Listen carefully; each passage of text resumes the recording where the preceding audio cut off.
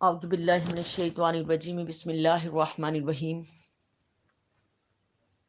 الحمد للہ رب العالمین والعاقبۃ للمتقین والصلاۃ والسلام علی سید الانبیاء والمرسلین والحمد للہ رب العالمین۔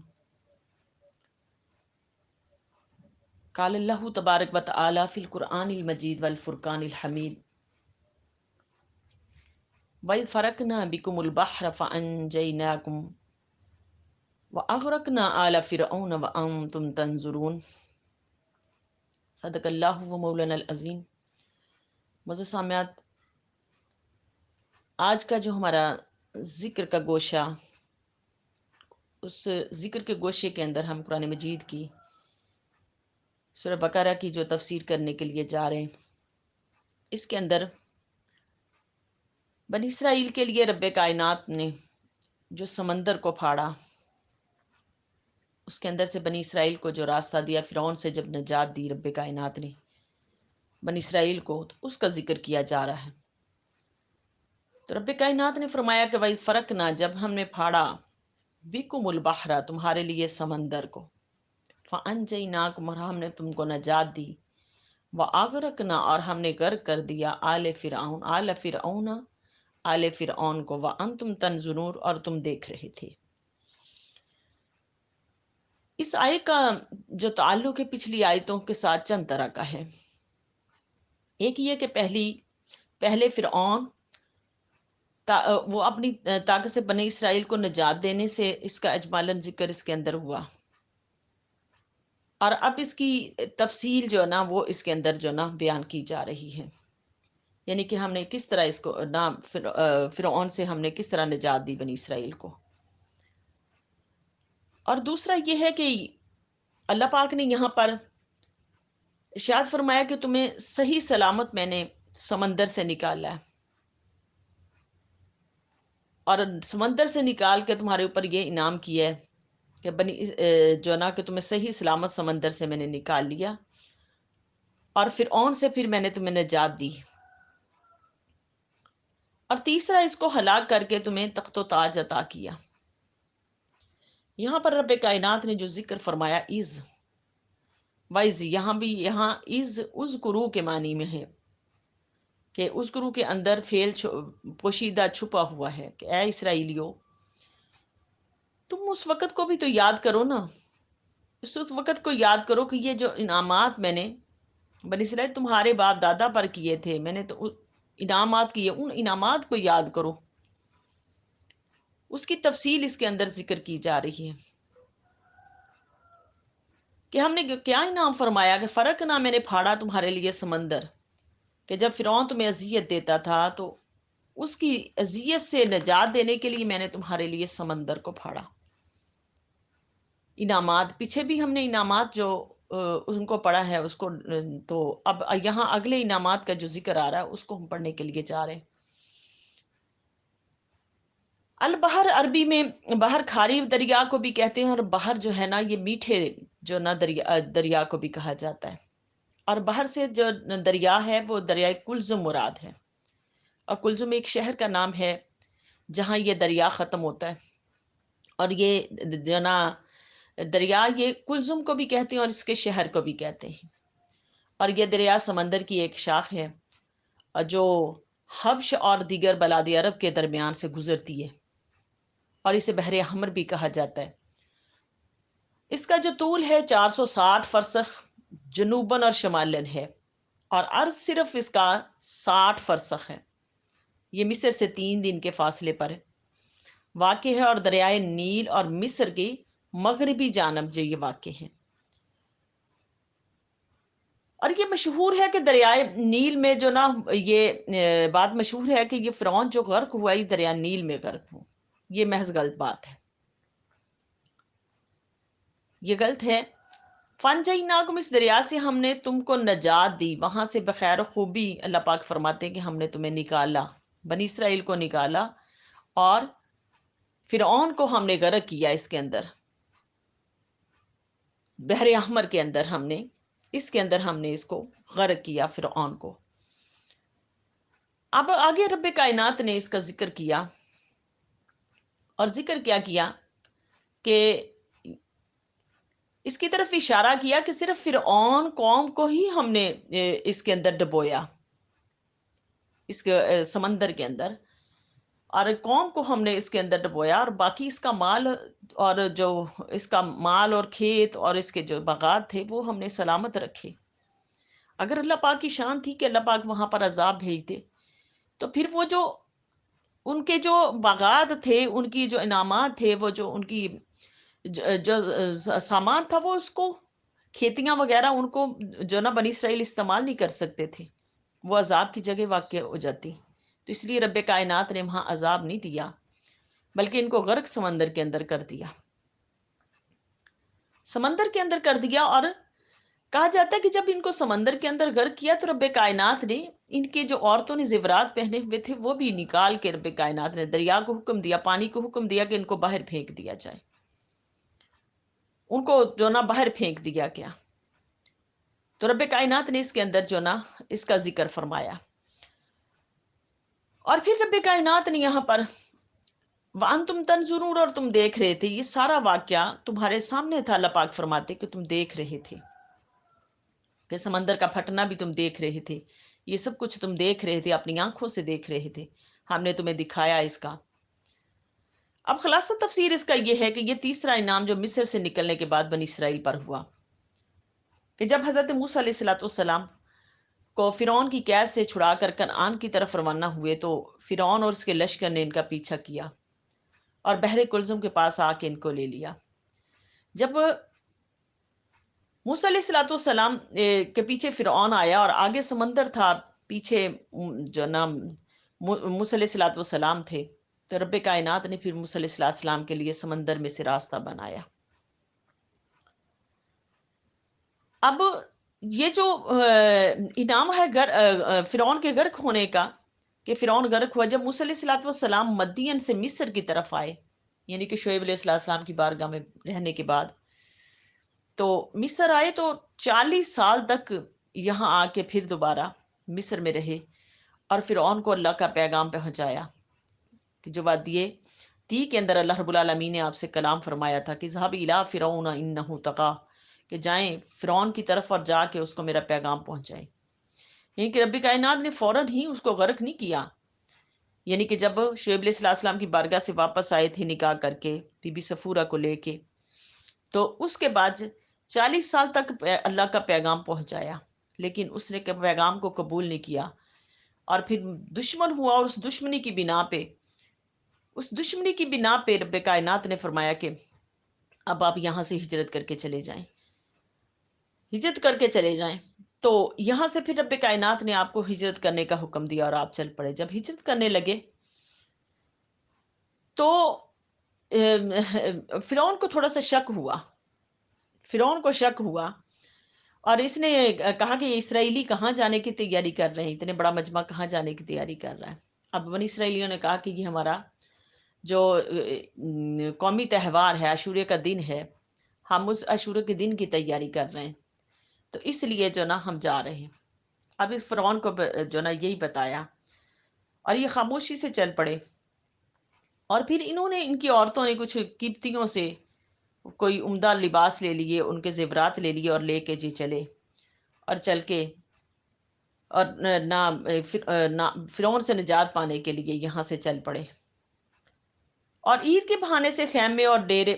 جو نا وہاں سے ڈیرے لگائے، انہوں نے خیمے لے کے یہاں سے اور ڈیرے لگائے تاکہ وہاں سے ہم چل پڑے۔ تو جب آپ چلے تو یہ محرم الحرام کا مہینہ تھا، عاشورے کا دن تھا جس دن اللہ پاک نے آپ کو نجات دی، اور جمعرات کا دن تھا۔ اس وقت موسیٰ علیہ السلام کی عمر شریف 80 برس اور ہارون علیہ السلام کی 83 برس تھی۔ تو اللہ پاک نے آپ کو یہاں نہ کہا کہ ہجرت کر کے آپ یہاں سے چلے جائیں، اور موسیٰ علیہ السلام اپنے ساتھ 6,70,000 بنی اسرائیل کو لے کے چلے، 70,000 اتنے بنی اسرائیلی آپ کے ساتھ تھے۔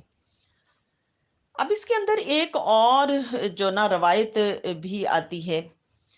ایک روایت اور بھی آتی ہے کہ موسیٰ علیہ السلام جب لے کے چلے تو یوسف علیہ السلام کی جو میت مبارکہ تھی اس کو بھی ساتھ جو نہ لیا۔ اب یہ جو ہے یہ تفسیر جو ہے نا، میں یہ تفسیر روح البیان سے اور تفسیر نعیمی سے میں یہ تفسیر کروا رہی ہوں اس کے اندر، کہ موسیٰ علیہ الصلوۃ والسلام نے بوڑھے لوگوں سے کہا کہ یہ راستہ تمہارا دیکھا ہوا ہے تو تم کو ملتا کیوں نہیں؟ تو انہوں نے عرض کیا کہ یہ یوسف علیہ الصلوۃ والسلام نے ہمیں وصیت کی تھی کہ جب بھی میری قوم بنی اسرائیل سے مصر جائے تو میرا تابوت بھی ساتھ لے جائے۔ تو اس وقت انہوں نے کہا کہ آپ کو معلوم ہے ان کا تابوت کہاں ہے؟ تو وہ کہنے لگے ہمیں نہیں معلوم۔ تو ان کی جو نا لشکر کے اندر، ان کی جماعت کے اندر ایک عورت تھی، اس نے کہا کہ مجھے معلوم ہے۔ اس کے اندر انہوں نے کہا کہ مجھے معلوم ہے کہ ان کا لشکر کہاں ہے اور ان کا دانا تابوت کہاں ہے۔ تو اس عورت نے کہا کہ بس موسیٰ علیہ السلام سے کہ پھر میں، آپ میرے ساتھ وعدہ کریں کہ آپ میری جو نا، آپ میرے لیے دعا کریں گے، بخشش کی دعا کریں گے۔ تو آپ نے کہا ٹھیک ہے میں آپ کی دعا کروں گا۔ تو اس عورت نے کہا کہ یہ جو سمندر کے اندر نا پھر آپ نہ چھڑی مارے، وہ چھڑی جو ماری تو اس جگہ پر، اس کہتے سمندر کے اندر وہ جو لاش تھی وہ آپ کی، وہ تابوت آپ کا ملا،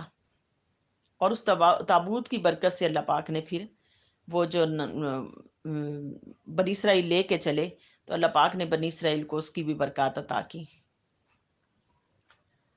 اب یہ تفسیر نعیمی کے اندر ہے، اب باقی جو ریفرنس باقی تفاسیر کے اندر تو مجھے نہیں ملا، لیکن اس کے اندر وہ فرما رہے کہ یہ اس کے اندر کہ یہ ان کا ریفرنس تھا۔ اب موسیٰ علیہ الصلوۃ والسلام 70,000 جناب بنی اسرائیلی، 6,70,000 بنی اسرائیلی کو لے کے اور گھوڑوں کے اوپر سوار ہو کے جب چلے ہیں اور چلے تو، اور وہاں پر اللہ پاک نے پھر آپ کو نجات دی اس سے، اور فرعون کو اللہ پاک نے وہاں پر غرق کر دیا، اور غرق کر دیا۔ جب موسیٰ علیہ الصلوۃ والسلام اپنی قوم کو لے کے آگے چلے، پیچھے فرعون بھی آ گیا، اور فرعون آیا تو اللہ پاک نے موسیٰ علیہ السلام کو حکم دیا کہ آپ ایسا کریں کہ اپنا وہ جو عصا ہے اس کو مارے، اور عصا مارنے کی دیر تھی کہ سمندر کے اندر راستہ بن گیا۔ جب سمندر کے اندر راستہ بنا تو اللہ رب العالمین نے ہوا چلائی، تیز ہوا چلائی، اور اس ہوا سے رب کائنات نے جو اس کو مٹی کو خشک کیا، اور روشنی سے، سورج کی روشنی سے آنن فانن اس مٹی کو اللہ پاک نے خشک کر دیا۔ پھر بنی اسرائیل کو حکم دیا کہ آپ گزرے یہاں سے، تو بنی اسرائیل جو نا وہ خوف زدہ تھے کہ ہم کہیں سمندر کے اندر ڈوب نہ جائیں۔ تو اس وقت یوشع بن نون یہ تیزی سے آگے بڑھے، اور اس کے بعد ہارون علیہ السلام آگے بڑھے، اور جب یہ آگے بڑھے تو انہوں نے آگے بڑھ کے راستہ جو نا بنایا اور وہاں سے چلے۔ اس کے پیچھے موسیٰ علیہ السلام پھر جو نا قوم کے پیچھے جو نا قوم کو لے کے آگے چلے۔ اللہ رب العالمین نے ان کے لیے، کیونکہ 12 قبائل تھے موسیٰ علیہ السلام کے ساتھ، 12 قبائل تھے، تو اللہ پاک نے 12 راستے بنا دیے، اور اس ہوا نے پانی کو دیواروں کی صورت میں کھڑا کر دیا، دیواروں کی صورت میں کھڑا کر دیا۔ تو موسیٰ علیہ السلام کے لیے اللہ پاک نے یہ راستہ بنایا، اور یہ 12 قبائل، ہر قبیلہ اپنے اپنے راستے سے گزر گیا، اور گزر کے رب کائنات نے پھر جو نا ان کو نجات دے دی۔ اور جیسے ہی فرعون اس کے راستے سے گزرنے لگا تو اللہ رب العالمین نے، اب فرعون جو دل ہی دل کے اندر یہ تکبر اس کے اندر تھا، کیونکہ یہ زمین کا رب بنا ہوا تھا اور تکبر سے الفاظ بولتا تھا، تو کہنے لگا اس وقت دیکھو اللہ پاک نے میرے لیے راستہ بنایا۔ اس کا جو حامان اس کا جو وزیر تھا، وہ کہنے لگا فرعون خاموش ہو جا، خاموش ہو جا، ایسی بات نہ کر، کہیں یہ نہ ہو کہ تو غرق ہو جائے اور اس کے اندر داخل نہ ہونا سمندر کے اندر، اگر تو سمندر کے اندر داخل ہوا تو غرق ہو جائے گا۔ لیکن جیسے ہی یہ اور اس کی قوم سمندر کے اندر غرق جو نہ داخل ہوئے تو اللہ پاک نے ان کو غرق کر دیا اسی کے اندر۔ اب بنی اسرائیل کو یقین نہیں آ رہا تھا کہ کہیں یہ غرق ہو گیا۔ اللہ رب العالمین نے اس کو بھی نکالا، اور ان کو اس کی جو نا کچھ لوگوں کو نکال کے باہر پھینکا سمندر سے، سمندر کے پانی کو حکم دیا کہ نکال کے باہر پھینک دیں، تاکہ ان کو یقین ہو جائے کہ یہ غرق ہو گئے اس کے اندر۔ پھر اس کے اوپر رب کائنات نے ان کو یقین دلانے کے لیے کہا کہ دیکھو یہ غرق ہو چکا ہے۔ تو کہا جاتا ہے کہ پھر یہ جو پانی نے اس کو نکال کے جب باہر پھینک دیا، اب بنی اسرائیل کو یقین ہو گیا کہ یہ قوم جو غرق ہو گئی، اس پر جب یہ نجات پا گئے تو موسیٰ علیہ السلام نے اپنی بنی اسرائیلیوں سے کہا کہ اب آپ عاشورے کے دن کا روزہ رکھیں. عاشورے کے دن کا روزہ یہ شکرانے کے طور پر رکھیں. اور یہ عاشورے کے دن کا روزہ جب حضور صلی اللہ علیہ وسلم مدینہ میں تشریف لائے تو آقا علیہ الصلوۃ والسلام کے جو نا ابتدائی دنوں میں جو ابتدائی اسلام کے اندر جو روزہ فرض ہوا تھا وہ عاشورے کا روزہ ہی تھا. حضور صلی اللہ علیہ وسلم نے صحابہ کو حکم دیا کہ ہم بھی، کیونکہ جب مدینہ میں تشریف لائے آقا علیہ الصلوۃ والسلام تو دیکھا کہ جو مدینہ کے گرد و نواح میں یہود آباد تھے تو یہ روزہ رکھتے تھے، تو آقا علیہ الصلوۃ والسلام نے فرمایا ہم موسیٰ علیہ السلام کے زیادہ حقدار ہیں تو ہم بھی روزہ رکھیں گے، لیکن ہم ان کی مشابہت نہیں کریں گے، ہم ایک اور روزہ ساتھ ملا کے رکھیں گے. تو یہ جو روزہ اسلام کے اندر سب سے پہلے فرض ہوا عاشورے کا روزہ، تو یہ آقا علیہ الصلوۃ والسلام نے روزہ رکھوایا. اب اللہ رب العالمین نے اس کے اندر جو نا روزہ رکھنے کا حکم دے دیا کہ روزہ رکھوایا گیا. تو روزہ رکھا، یہ پہلا روزہ تھا جو فرض ہوا. اس کے بعد جو باقی رمضان المبارک کے روزے ان کے جو پھر اس کے بعد دوسرے روزے ایام بیاض کے آئے اور پھر رمضان مبارک کے روزے آئے جو فرض ہوئے. اس آیت مبارکہ سے اب چند فائدے حاصل ہوئے. ایک یہ کہ رب کائنات نے اپنے بندوں کو تکلیف اور آرام سے جو نا اللہ پاک آزماتے ہیں، اس آیت سے یہ نکلا. اور دوسرا یہ کہ اللہ پاک یہاں پر زیادہ دیر تک بندے کو اندھیرے میں نہیں رکھتے، اللہ پاک بندے کے لیے روشنی کا کوئی نہ کوئی سبب بنا دیتے.